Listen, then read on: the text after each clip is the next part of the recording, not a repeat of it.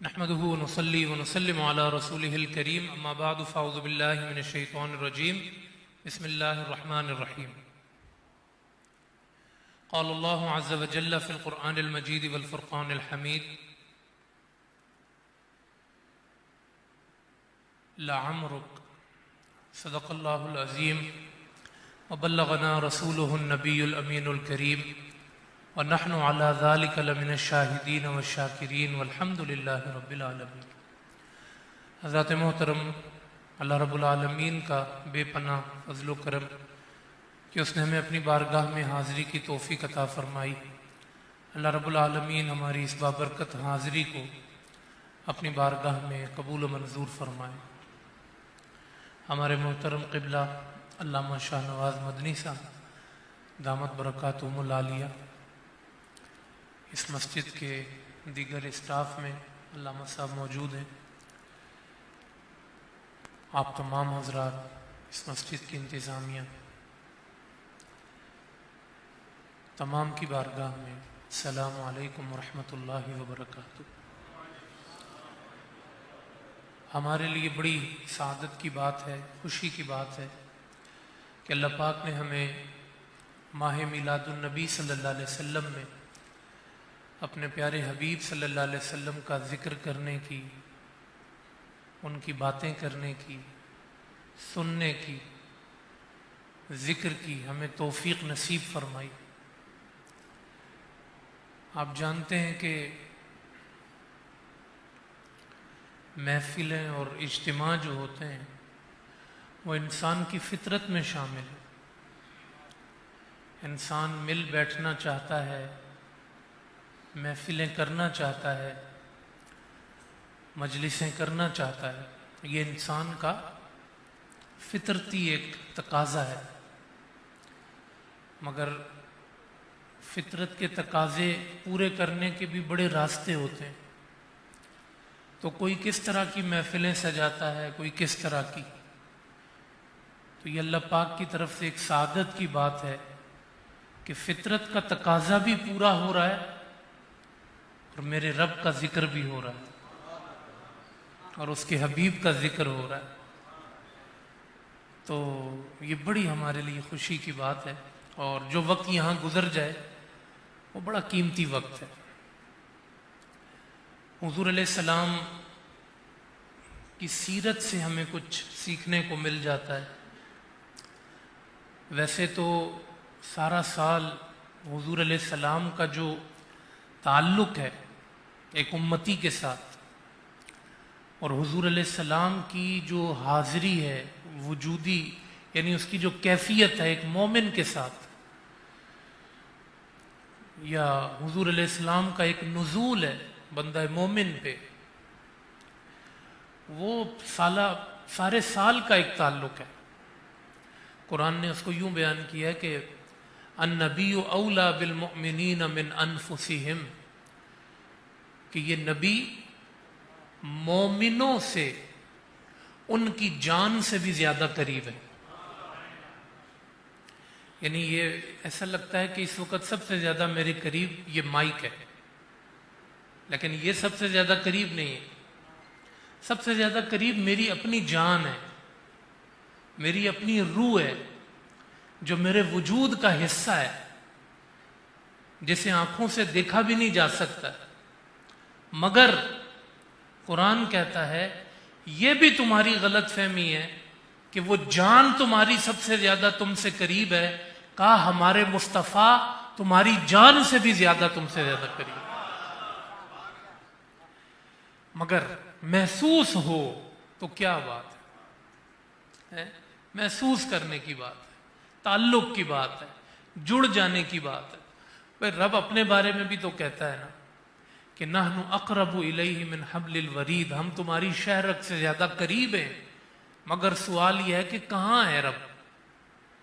بندہ مومن محسوس کرے تو اسے پتہ چلے، اگر محسوس کرے تو پھر شہرک سے زیادہ قریب ہے، اور محسوس نہ کرے تو کوسوں دور ہے۔ یہ قرب اور بعد جو ہے، قریبی اور دوری جو ہے، یہ ہم نے خود کرنی ہے۔ تو یعنی اگر آپ کچھ کرنا چاہتے ہیں تو پھر رب دور نہیں. اس کو ایک آیت میں خود اس طرح بیان کیا اللہ پاک نے, وَإِذَا سَأَلَكَ عِبَادِي أَنِّي, جب میرا بندہ آپ سے میرے بارے میں پوچھتا ہے تو اسے بتائیں کہ فَإِنِّي قریب, میں بڑا قریب ہوں تیرے سے. اجیب دعوت الداع اذا دعان, وہ جب بھی مجھے پکارے گا تو مجھے اپنے قریب پائے گا, میں قبول کر لوں گا اسے. یعنی آپ نے پھر پکارنا بھی ہے, محسوس بھی کرنا ہے. فإنی قریب, تو بھائی ہم دور نہیں ہیں. یہ اللہ رسول کا معاملہ ہے دونوں کا, وہ دور نہیں ہے, وہ بڑے قریب ہیں. بس محسوس ہو جائے تو پھر سانسیں تک مہک جاتی ہیں, محسوس ہو جائیں تو نماز کی لذت دوبالا ہو جاتی ہے, محسوس ہو جائیں تو نگاہیں جھک جاتی ہیں, محسوس ہو جائیں تو پھر حلال حرام کا فرق پتہ چل جاتا ہے, صرف انہیں محسوس کرنا. اور یہ میں نے جمعے میں بھی اپنے ہاں بیان کیا کہ آپ دیکھیں کہ امام بخاری رحمۃ اللہ علیہ نے جو احادیث لکھی ہیں, صحیح بخاری ہم جسے ایک بڑا مستند ترین مجموعہ ہے مسلمانوں کا, وہ ہر حدیث لکھنے کے بعد 2 رکعت نماز پڑھتے تھے. خواب میں حضور آ کے جب تصدیق کرتے تھے تو امام بخاری لکھتے تھے. یعنی محسوس کرنے کی کہ نبی کتنے قریب ہیں. آپ دیکھیں امام بخاری کہتے ہیں کہ حضور کہتے تھے بخاری لکھو تو میں لکھتا تھا. امام بخاری کی اپنی اٹینشن کتنی ہوگی, اپنی توجہ کتنی ہوگی, کس محبت سے وہ حدیث لکھتے ہوں گے, کس محبت سے وہ سوچتے ہوں گے. پھر حضور دور نہیں. قصیدہ بردہ شریف کی مثال آپ کے سامنے ہے, دیکھیں حضور کے لیے لکھا نہ قصیدہ, حضور کو پسند آ گیا اور ان کو مرض تھا. حضور آئے, ان کے جسم پہ ہاتھ پھیرا, جاتے ہوئے چادر دے کے گئے. وہ کیوں دی چادر؟ کہ تم یہ نہ سمجھو بوسیری کہ ہم صرف خواب میں آئے تھے, ہم تمہارے کمرے میں آئے ہوئے تھے. تم یہ نہ سمجھو کہ ہماری روح آئی تھی, تمہارے محمد صلی اللہ علیہ وسلم کی روح بھی آئی تھی, ان کا جسم بھی آیا. اور صرف جسم نہیں آیا تھا, جس کملی کا ذکر کر کے محبین تڑپتے رہتے ہیں وہ کملی بھی ہم نے تمہیں عطا کر دی. تو صبح اٹھیں چادر بھی ان کے پاس تھی. کتنا آپ دیکھیں قرب ہوگا ہے. تو یہ اس میں جھگڑنے کی کوئی بات نہیں ہے. لوگ جھگڑتے رہتے ہیں, میرا مزاج تو یہ ہے کہ کسی سے بحث نہ کرو, کیونکہ یہ لفظوں کے کھیل ہی نہیں. کسی کو آپ سمجھا ہی نہیں سکتے لفظوں میں, باتوں میں. لفظ یہاں پیچھے رہ جاتے ہیں. یہاں صرف کیفیت کی بات ہوتی ہے. جس کو محسوس کرنا ہے اپنے نبی کے, پھر حاضر ہیں ناظر ہیں, یہ ہے وہ ہے, بحثیں الگ رکھیں. آپ محسوس کریں نبی آپ کی سانسوں میں مہک رہے ہیں. علامہ شامی رحمہ اللہ نے لکھا ہے فتاوی شامی میں کہ جب تم گھر جاؤ اور گھر میں کوئی بھی نہ ہو تو اس وقت بھی اپنے گھر میں داخل ہوتے ہوئے درود شریف ضرور پڑھو, اس لیے کہ نبی کی روح ہر مومن کے گھر میں موجود ہوتی ہے. تو میں بات اور کرنا چاہ رہا تھا لیکن کسی اور طرف شروع میں نکل گیا. اس پر میں نے محفل پہ بات شاید شروع کی تھی. تو سارے سال کا ایک تعلق ہے. یہ تو ہم وقت حضور کو رجال اللہ تلہیہم تجارت ولا بیع عن ذکر اللہ واقام الصلاۃ وایتاء الزکاۃ, کہ مرد وہ ہوتے ہیں, مرد کا لفظ قرآن نے کہا مرد, ورنہ ہمارے یہاں تو کتنی ڈیفینیشن ہے یار. مرد کا بچہ یہ ہے, مرد کا بچہ وہ ہے. اللہ کیا کہتا ہے؟ مرد وہ ہیں کہ جب وہ دکان پہ پیمنٹ لے رہے ہوتے ہیں, یہ ترجمہ بتا رہا کیونکہ تجارت کے ساتھ علامہ صاحب اس آیت میں بے کا بھی لفظ ہے, اور بے خاص خرید و فروخت کو کہتے ہیں. تجارت مطلق ہے, تجارتوں ولا بیع، لین دین، پیمنٹ ہو رہی ہے۔ مرد وہ ہیں، قرآن کہتا ہے جب وہ پیمنٹ لے دے رہے ہوتے ہیں اس وقت بھی ان کو اپنا اللہ یاد ہوتا ہے، کیونکہ لین دین میں ہی آدمی ڈگمگاتا ہے نا، کیا لیا اور کیا دیا۔ تو یہ تو ہمہ وقت ایک کیفیت ہے جو بندہ مومن پہ طاری رہنی چاہیے۔ لیکن بہرحال غفلتیں بھی بہت ہیں ہماری، اور اس ماحول میں یہ ماہ ربیع الاول ایک تجدید کا مہینہ ہے، ایک یاد آوری کا مہینہ ہے، یہ یاد دہانی کا مہینہ ہے۔ اس میں حضور کا ایک تعلق ہمیں پھر یاد آ جائے، جس کا جتنا ہے وہ اس کو اتنا بڑھا لے اور زیادہ کر لے، یہ اس کا مہینہ ہے۔ لیکن کئی جگہوں پر یہ اس میں بھی بحث میں گزر جاتا ہے کہ اس کو منانا ہے نہیں منانا، یعنی جس سطح اور لیول پہ میں بات کر رہا ہوں آپ اس کو ذرا سمجھیں کہ کس قدر یہ ضروری ہے ہمارے لیے۔ کچھ ہمیں نصیب ہو، کچھ ملے، ہم ذات رسالت سے جڑ جائیں، ان کو محسوس کر لیں، تو یہ اس کا مہینہ ہے ماہ ربیع الاول۔ اور قرآن کریم نے حضور علیہ السلام کو جس طرح متعارف کیا ہے، قرآن آپ جانتے ہیں کہ حضور صلی اللہ علیہ وسلم کی 23 سالہ زندگی کی دستاویز ہے، حضور کی سیرت ہے قرآن۔ علماء فرماتے ہیں کہ بالفرض اگر روئے زمین سے حضور کی سیرت پر لکھی ہوئی لاکھوں کروڑوں کتابیں اٹھا بھی لی جائیں، ساری ہٹا دی جائیں، تب بھی مصطفیٰ کی سیرت قرآن میں چمکتی رہے گی، وہ نہیں چھپے گی، وہ محفوظ ہو گئی ہے، اسے اللہ نے بیان کر دیا۔ تو یہ قرآن حضور کا ایک تعارف ہے جو ہمیں جوڑتا ہے۔ آپ قرآن پڑھتے ہیں، قرآن سمجھتے ہیں، تو آپ کو اپنے نبی سمجھ میں آتے ہیں۔ انہوں نے دعوت کے مراحل جو طے کیے وہ قرآن بیان کرتا ہے، صبر کیا وہ بیان ہے، آزمائشیں ہیں وہ بیان ہے، فتوحات ہیں اس کا بیان ہے، کامیابیاں ہیں اس کا بیان ہے۔ قرآن حضور سے ہمیں جوڑتا ہے، ان کا تعارف دیتا ہے پورا۔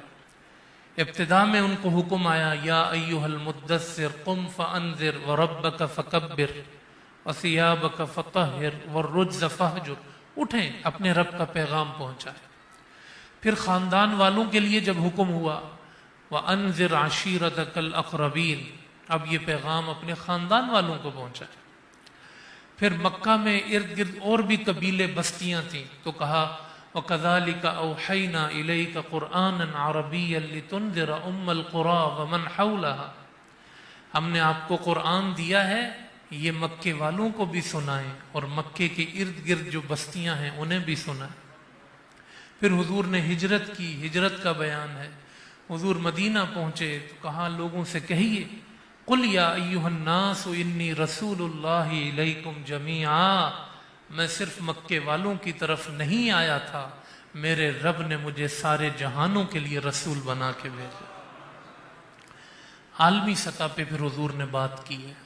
یہ سارے دعوت کے مرحلے آپ دیکھیں، حضور کا تعارف ہے، قرآن کریم اس کو بیان کر رہا ہے۔ پھر حضور صلی اللہ علیہ وسلم جن کیفیات سے دوچار رہے، وہ کیفیات بڑی خوبصورتی سے قرآن کریم نے بیان کی۔ اس میں اتنا خوبصورت انداز بیان، اور ظاہر ہے کہ رب کا کلام ہے۔ دیکھیں حضور علیہ السلام ہم سے کتنے جڑے ہوئے ہیں، حضور علیہ السلام کی ہم سے کتنی محبت ہے، اس کو قرآن سے بڑھ کر کوئی بیان نہیں کر سکتا۔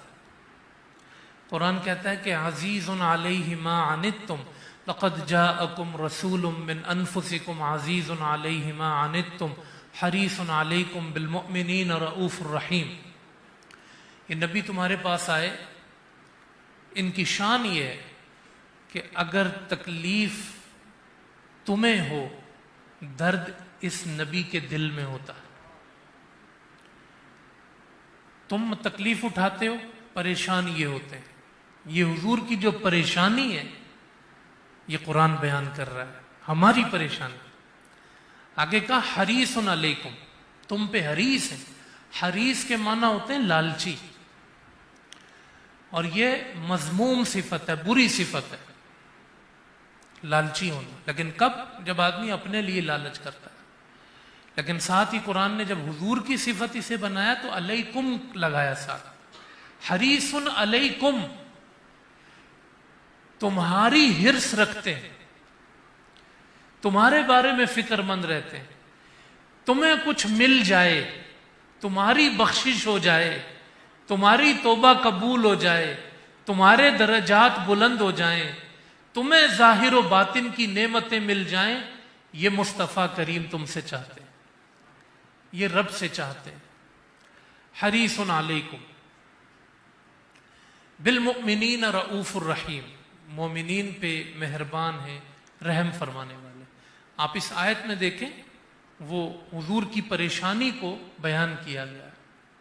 اسی طرح قرآن کریم نے ایک مرحلہ یہ تھا کہ حضور علیہ السلام کافروں کو دعوت دیتے تھے۔ اب ہمارے ساتھ تو دیکھیں یہ ہوتا ہے کہ کسی بچے کو یا اپنے بیٹے کو یا کسی کو ہم کچھ کہتے ہیں، وہ ہماری بات نہیں مانتا، ہمیں اس پہ غصہ آتا ہے، لیکن حضور کافروں کو دعوت دیتے تھے، ایک تو مانتے نہیں تھے، اوپر سے تنگ کرتے تھے، لیکن حضور اس کے باوجود پریشان ہوتے تھے کہ اس نے مانا کیوں نہیں، یہ جہنم میں نہ چلا جائے۔ اس پریشانی میں حضور اتنے پڑھتے تھے کہ رب کائنات نے قرآن میں جگہ جگہ خود اپنے حبیب کو تسلیاں دی، اور الفاظ آپ دیکھیں، لعلک باخع نفسک اللہ یکونوا مؤمنین، اے حبیب کیا آپ اپنے آپ کو ہلاکت میں ڈال لیں گے اگر یہ ایمان نہیں لائیں گے؟ آپ کیوں پریشان ہوتے ہیں؟ کہیں فرمایا طٰہٰ، اے میرے طٰہٰ، ما انزلنا علیک القرآن لتشقیٰ، ہم نے آپ پہ قرآن اس لیے نہیں نازل کیا کہ آپ مشقت میں پڑ جائیں، الا تذکرۃ لمن یخشیٰ، جس کے دل میں خشیت خوف ہوگا مانے گا، اس کے لیے نصیحت ہے، جس نے نہیں مانا، آپ کیوں پریشان ہوتے؟ اس طرح کی دسیوں آیات قرآن کریم میں، تو آپ اس کو دیکھ رہے ہیں کہ حضور علیہ السلام ہم سے کتنے زیادہ جڑے ہوئے ہیں ہماری پریشانیوں کے ساتھ، اور ہماری پریشانی کو اپنی پریشانی کس قدر بنایا ہوا ہے۔ خدا کی قسم آپ یہاں پہ سجدہ کرتے ہیں، گنبد خضرا تک ٹھنڈک پہنچتی، خدا کی قسم ان کا کوئی امتی کوئی نیکی کرتا ہے حضور خوش ہوتے ہیں، اور جب ہم سے کوئی غلطی ہوتی ہے حضور پریشان ہوتے ہیں۔ تو یہ تعلق یک طرفہ نہ ہو جو قرآن نے بیان کیا ہے، اور بڑی شدت سے بیان کیا، یعنی آپ ان آیات میں اترتے چلے جائیں گے کہ یار اس قدر حضور نے ہم سے تعلق باندھا ہے، اس قدر ہمارے لیے پیدا ہوئے تو ربی حبلی امتی، وصال ہوا تو ربی حبلی امتی، معراج پر گئے تو ربی حبلی امتی، حتیٰ کہ فرشتہ جو موت کا فرشتہ ہے اس کو بھی کہا پہلے پوچھ کے آؤ میری روح قبض کرنے سے پہلے کہ میری امت کا کیا ہو۔ تو کہا آپ کا رب کہتا ہے اے حبیب آپ کے یہاں آنے کے بعد ہم آپ کی امت کو تنہا نہیں چھوڑیں گے، تو پھر حضور گئے۔ تو میں خاص کر نوجوانوں سے مخاطب ہوں، یہ قرآن نے ہمیں محسوس کرانے کی کوشش کی ہے، حضور کا تعارف دیا ہے، تو اس حیثیت سے، اس نظریے سے بھی انسان اس قرآن اور نبی کے تعلق کو سمجھے، اور اسی قرآن نے ہمیں بتایا ہے۔ اب میں چند صفتیں حضور کی ذکر کروں گا آخر میں جو ہمارے لیے درس ہیں۔ ہمیں قرآن نے ہی بتایا ہے کہ وہ اخلاق کے اعتبار سے سب سے زیادہ عظیم تھے، اخلاق کا جو سب سے اونچی سطح کا لیول یا درجہ ہے اس پر کون فائز ہے؟ امام الانبیاء فائز ہے۔ وَإِنَّكَ لَعَلَىٰ خُلُقٍ عَظِيمٍ۔ یہ بھی ہمیں قرآن نے ہی بتایا ہے کہ حضور ترش رو نہیں تھے، حضور ہر وقت غصہ کرنے والے نہیں تھے، حضور چہرے پہ سختی رکھنے والے نہیں تھے، حضور دل میں سختی رکھنے والے نہیں تھے۔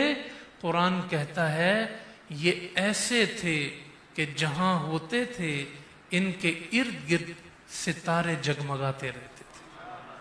قرب فبما رحمت من اللہ لنت لہم ولو کنت فظا غلیظ القلب لانفضوا من حولک، اللہ کی رحمت سے آپ ان کے لیے نرم ہو گئے ہیں، اگر آپ سخت دل ہوتے یا سخت چہرہ ہوتے یا سخت جبیں ہوتے تو لوگ آپ کے ارد گرد کبھی بھی نہ آتے۔ یہ ہمیں پتہ چل گیا کہ حضور کس مزاج کے۔ ہم لوگ کیا سمجھتے ہیں، ارے ہمارے تو کوئی سامنے نہیں آتا، ہمارا تو کوئی راستہ نہیں کاٹتا، ہمارے پاس تو کوئی بھٹکتا نہیں ہے۔ بعض لوگوں کا آپ سنیں، یعنی ان کے لیے فخر یہ ہوتا ہے میرا روب بڑا ہے، کوئی میرے سے بات نہیں کرتا۔ اور حضور اتنے لطیف، اتنے کریم، اتنے رحیم، اتنے رؤوف تھے کہ جو بھی آتا تھا بس چاہتا تھا مصطفیٰ کے قریب رہو۔ یہ اخلاق نبوی ہے۔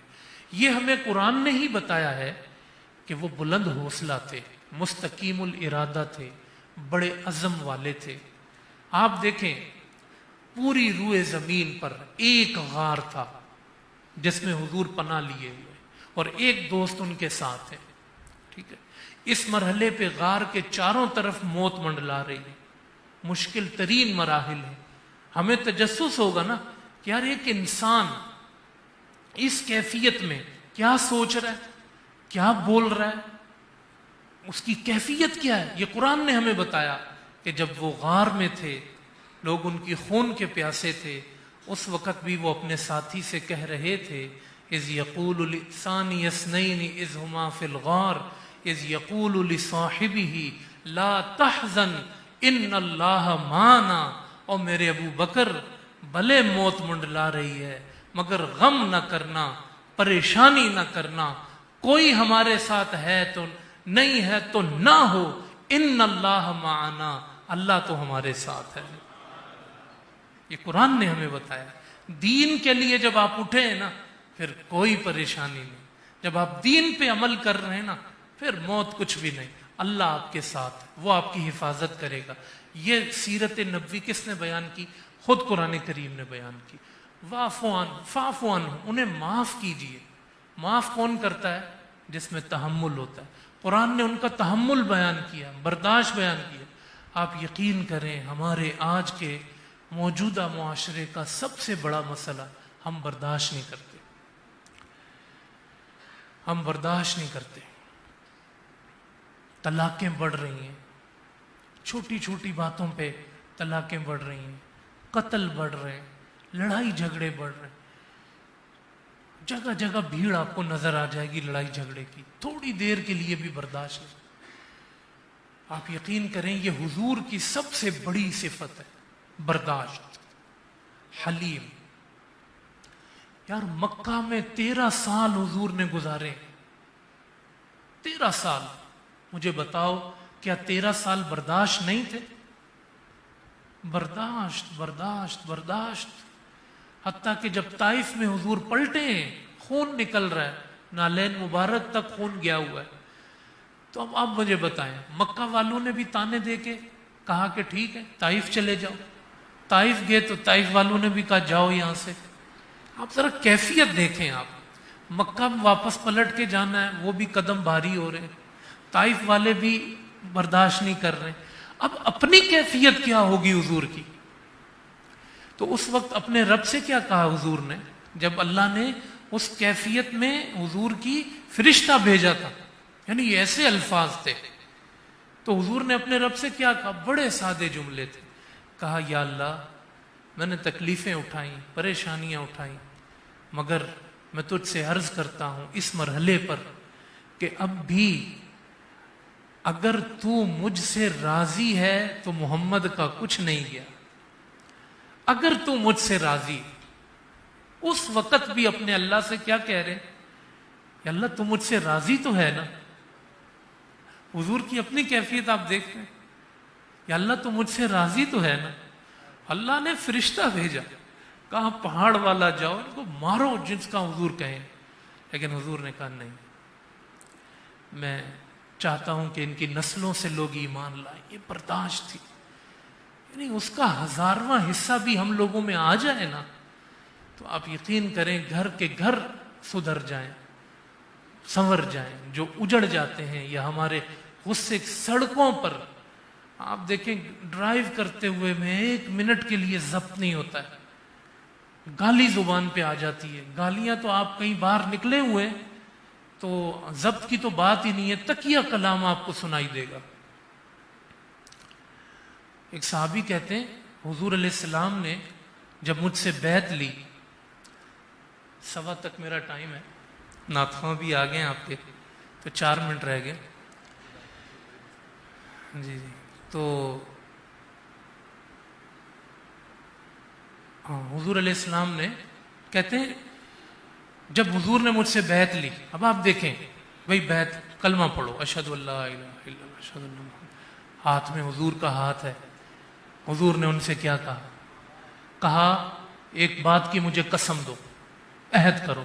کہا جی یا رسول اللہ۔ کہا کبھی کسی کو گالی نہیں دو گے؟ کہا یا رسول اللہ عہد کیا کبھی کسی کو گالی نہیں دوں گا۔ وہ صحابی کہتے ہیں انسان تو انسان ہے، خدا کی قسم میں نے کبھی کسی جانور کو بھی گالی نہیں دی، میرے مصطفیٰ سے عہد۔ یعنی آپ دیکھیں حضور کس طرح کے عہد لیتے تھے، کبھی کسی سے کچھ مانگو گے نہیں، عہد لو، ہاتھ نہیں پھیلاؤ گے، عہد لو، گالی نہیں دو گے، عہد کرو، زنا نہیں کرو گے، عہد کرو، چوری نہیں کرو گے، عہد کرو، قتل نہیں کرو گے، عہد کرو، کسی پر بہتان نہیں لگاؤ گے، عہد کرو، کسی پر افترا نہیں باندھو گے، عہد کرو، نیکی کے کام میں پیچھے نہیں ہٹو گے، عہد کرو۔ قرآن نے اس بیعت کو بیان کیا ہے۔ یہ مختلف خواتین سے بھی، خواتین بھی، ایک خاتون نے ہاتھ بڑھایا، یا رسول اللہ میرا ہاتھ، اپنے ہاتھ۔ کہا میں خواتین کے ہاتھ سے اپنا ہاتھ مس نہیں کرتا، مگر تم سے اس چیز کی بیعت کرتا ہوں۔ صحابہ کرام سے حضور بیعت لیتے، اسلام کی بیعت، جہاد کی بیعت، نیکی پر بیعت، اعمال صالحہ پر بیعت۔ ہم کہتے ہیں نا حضور کے دور میں پیدا ہوئے ہوتے، یار حضور کا کیا دور ہے، ہر دور اور ہر زمانہ مصطفیٰ کا ہے۔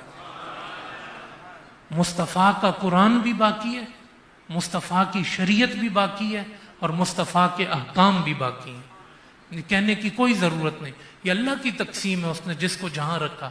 مگر حقیقت یہ ہے کہ زمانہ کوئی بھی ہو، انسان کسی دور کا ہو، بس مصطفیٰ کا وفادار۔ یہ ہم نے کوشش کرنی ہے یار، ہم نے اپنے آپ کو اطاعت نبوی میں ڈالنا ہے۔ ہم نے، ورنہ حضرت موسیٰ علیہ السلام نے دعا کی تھی کہ یا اللہ تو ہمیں دنیا و آخرت کا جو بھلائی کا معاملہ ہے سب عطا کر دے۔ قرآن کی آیت ہے۔ اللہ نے جواب میں کہا کہ فَسَأَكْتُبُهَا، دعا انہوں نے کی کہ آپ ہمیں دے دیں۔ اللہ نے جواب میں کہا فَسَأَكْتُبُهَا لِلَّذِينَ يَتَّقُونَ وَيُؤْتُونَ الزَّكَاةَ وَالَّذِينَ هُمْ بِآيَاتِنَا يُؤْمِنُونَ الَّذِينَ يَتَّبِعُونَ الرَّسُولَ النَّبِيَّ الْأُمِّيَّ۔ انہوں نے کہا تھا وَاكْتُبْ لَنَا فِي هَٰذِهِ الدُّنْيَا حَسَنَةً وَفِي الْآخِرَةِ، کہ یہ جو آپ نے دعا مانگی ہے اے موسیٰ، ہم نے یہ اپنے مصطفیٰ کی امت کو عطا فرما دی۔ دعا کس نے کی؟ حضرت موسیٰ نے۔ قبول کس کے لیے ہوئی؟ آپ کے لیے، میرے لیے۔ تو زمانہ موسیٰ کا تھا لیکن ڈنکا مصطفیٰ کا بج رہا تھا۔ سب زمانے مصطفیٰ کے ہیں، لیکن وہ کہتے ہیں پوری روئے زمین پر جو نیکی کرنے والا اور تقوی والا ہوتا ہے وہ میرے سب سے زیادہ قریب ہوتا ہے، بس۔ اور حضور نے کہا ہے کہ اپنے لیے یہ راستہ تقوی کا، نیکی کا منتخب کر۔ اپنے نفس کے پیچھے چلیں گے، بادشاہ بھی اپنے نفس کے پیچھے چلے تو غلام بن جاتا ہے، اور غلام بھی اگر مصطفیٰ کے پیچھے چلے، وہ حبشہ کا غلام بھی ہو تو بادشاہ بن جاتا ہے۔ راستہ ہم نے چننا ہے۔ یہ میلاد کا مہینہ ہمیں بتا رہا ہے کہ حضور کے قدموں میں آ جاؤ۔ اللہ پاک سے دعا ہے کہ وہ ہم سب کو حضور کا دامن نصیب فرمائے۔ آدھا گھنٹہ میرا پورا ہو گیا۔ اللہ پاک سے دعا ہے کہ وہ اس مجلس کو، ہمارے ذویب شفیع صاحب تشریف لائے، ان کا پڑھنا بھی، علامہ صاحب کی باتیں، سب اللہ پاک اپنی بارگاہ میں قبول و منظور فرمائے۔ وما علینا الا البلاغ۔